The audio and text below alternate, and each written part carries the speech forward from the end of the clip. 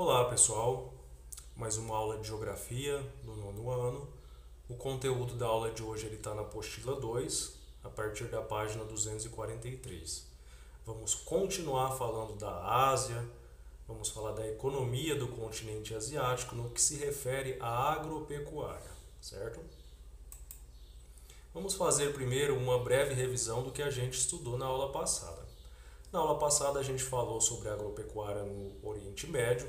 A gente tentou compreender aí como que as condições naturais influenciam na agropecuária do Oriente Médio e falamos de uma questão bem presente, que é a escassez de água nessa região da Ásia.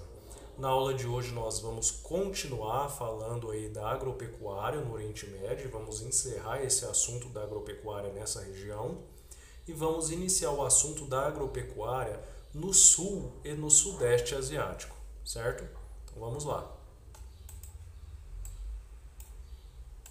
A pecuária no Oriente Médio. Em todos os países do Oriente Médio ela está presente, né?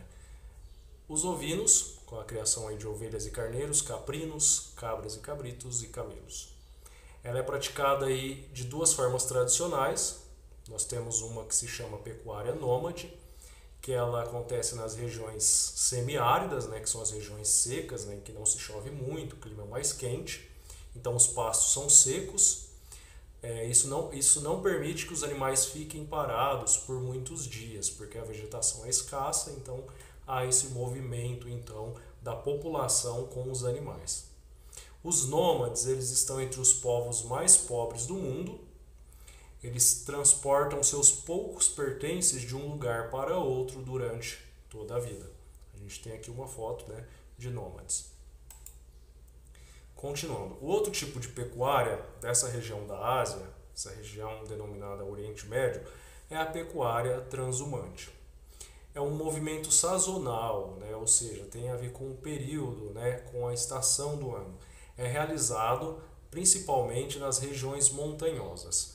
Então, na primavera e no verão, que são estações mais quentes, os pastos das áreas baixas secam. Então, nesse período, a população de animais e de criadores, eles sobem em direção ao topo das montanhas, certo?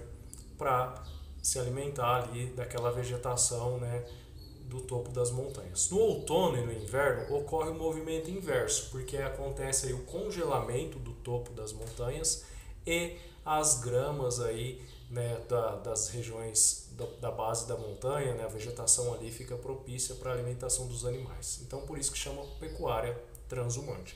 Então é uma migração aí, é uma mudança relacionada à altitude, né, e à vegetação de acordo com o período do ano. No Afeganistão é o local em que mais ocorre esse tipo de pecuária. Acontece a invasão das terras também dos países vizinhos em um movimento que acontece há séculos, sem respeitar aí as fronteiras políticas. Vamos ver esse mapa, Afeganistão, a pecuária transhumante de montanha, pastagens de inverno e pastagens de verão. Olha só, a população se localiza nessa região, nas pastagens de inverno, e aqui nas pastagens de verão elas se migram em direção a essa região central aqui, certo? Que provavelmente é uma região com maior altitude. Continuando. Na página 251 agora, nós encerramos então o assunto da pecuária no Oriente Médio. Vamos iniciar agora falando sobre as produções do sul e do sudeste asiático. Esse mapa aqui ele mostra onde que está localizado o sul e o sudeste asiático. Olha só, posição geográfica e divisão política. Então nós vamos falar dessa região aqui, da produção dessa região aqui da Ásia. O Oriente Médio ele fica mais ou menos aqui, observa onde está a setinha aqui no canto esquerdo, a gente falamos dessa região, ficaria mais para cá ainda. Agora nós vamos falar do sul e do sudeste. Então é uma região aí sob influência dos ventos de monções, que faz com que seja aí uma das regiões mais chuvosas do mundo, próximo do Himalaia, não se esqueçam disso, a gente estudou isso quando a gente falou dos aspectos naturais do continente asiático. Se vocês quiserem relembrar, voltem lá, tá? Essa região ela tem cerca de 8 milhões de quilômetros quadrados, né? Aproximadamente, se juntar todos esses países, o tamanho do Brasil. O Brasil tem um pouco mais de 8 milhões de quilômetros quadrados. E é uma região com mais de 2 bilhões de habitantes, né? Só a Índia tem 1,3 bilhões de habitantes, os outros 700 mil entre os outros países. A agricultura no sul e no sudeste, duas formas predominantes. Uma forma é a jardinagem, ela é tipicamente familiar, ela é voltada para a subsistência, ou seja, para a própria produção e consumo. Ela faz grande uso de mão de obra braçal e técnicas tradicionais, ou seja, não há o emprego de muita tecnologia. Há um fator dificultador aí, que é o relevo montanhoso nessa região aí do sul e do sudeste. A policultura é muito comum, ou seja, eles cultivam diversas formas de vegetação. O arroz, ele é responsável por cerca de 40% da área cultivada. Então, embora se tenha aí diversos vegetais sendo cultivados, o arroz ele é responsável aí pela maior área, né, de cultivo aí. O arroz ele é cultivado em planícies fluviais, inundadas e nas encostas das montanhas, onde se formam os terraços. A gente tem aqui uma imagem, né, de uma agricultura, uma forma de agricultura na forma de jardinagem. Continuando. A outra forma são as plantations. Elas foram introduzidas pelos colonizadores europeus por volta do século XVI. Elas são grandes propriedades de monocultura. Então é um tipo de cultura só, não tem uma diversidade grande aí, né? Muita mão de obra braçal também, a utilização então de muita mão de obra braçal. Atualmente há uma razoável mecanização em alguns lugares, então alguns lugares já está tendo aí o incremento da tecnologia no campo. Isso acaba gerando certo desemprego rural. Tem aí como característica a ocupação de muitas áreas de solos férteis, reduziu a produção de alimentos em vários países, porque se trata de uma monocultura, deixou-se de plantar outros tipos de vegetais, né? E agravou aí os problemas sociais da Ásia Meridional. Ásia meridional é sinônimo de sul, né? Então do sul da Ásia.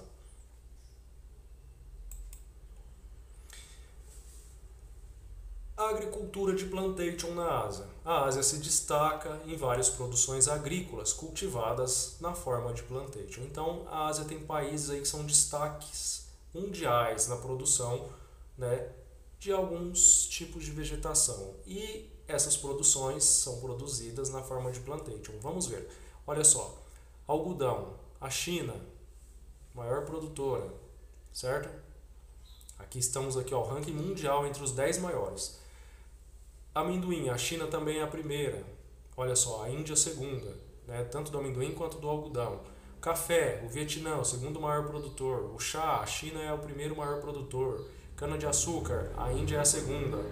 Látex, a Indonésia é a principal produtora. Tabaco, a China. Então temos aí um destaque aí, né, em várias formas de produções agrícolas do continente asiático, e essas produções são na forma de plantation, certo? Não são na forma de jardinagem, porque a jardinagem é para subsistência, para o próprio consumo.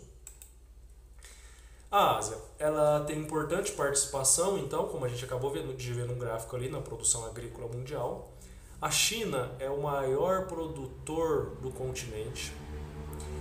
A mão de obra no continente asiático para o trabalho no campo, ela é abundante, ou seja, tem bastante, e ela é barata, ou seja, o salário pago ao trabalhador ele é mais baixo.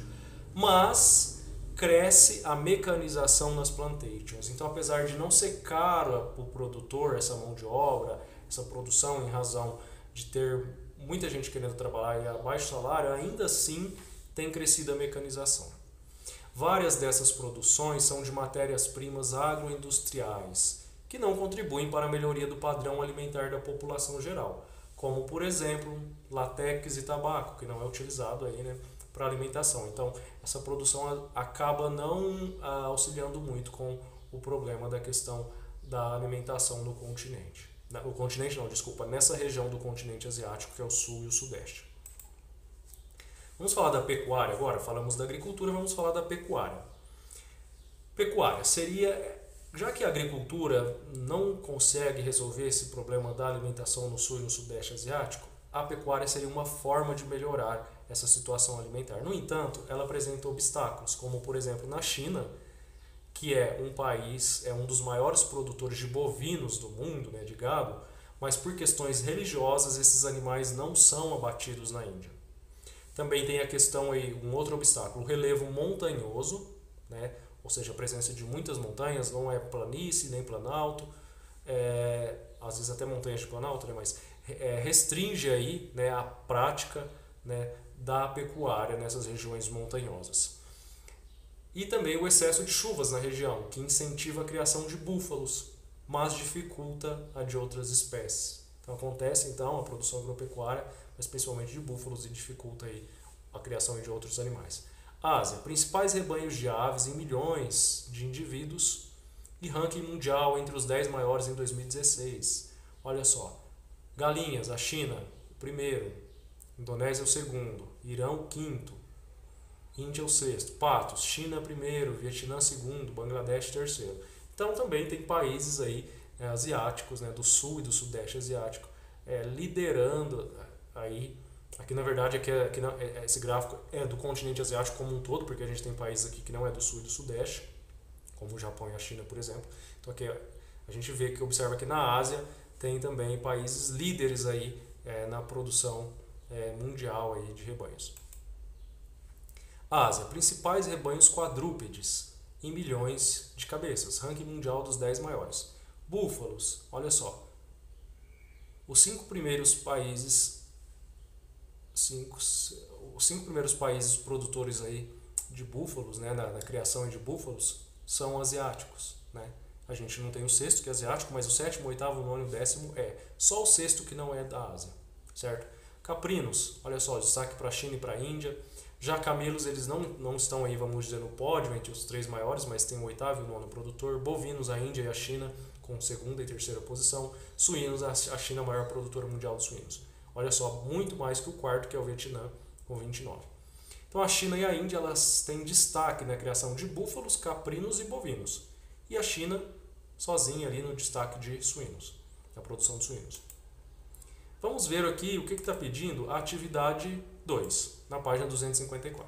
Monções surpreendem moradores e alegram agricultores na Índia.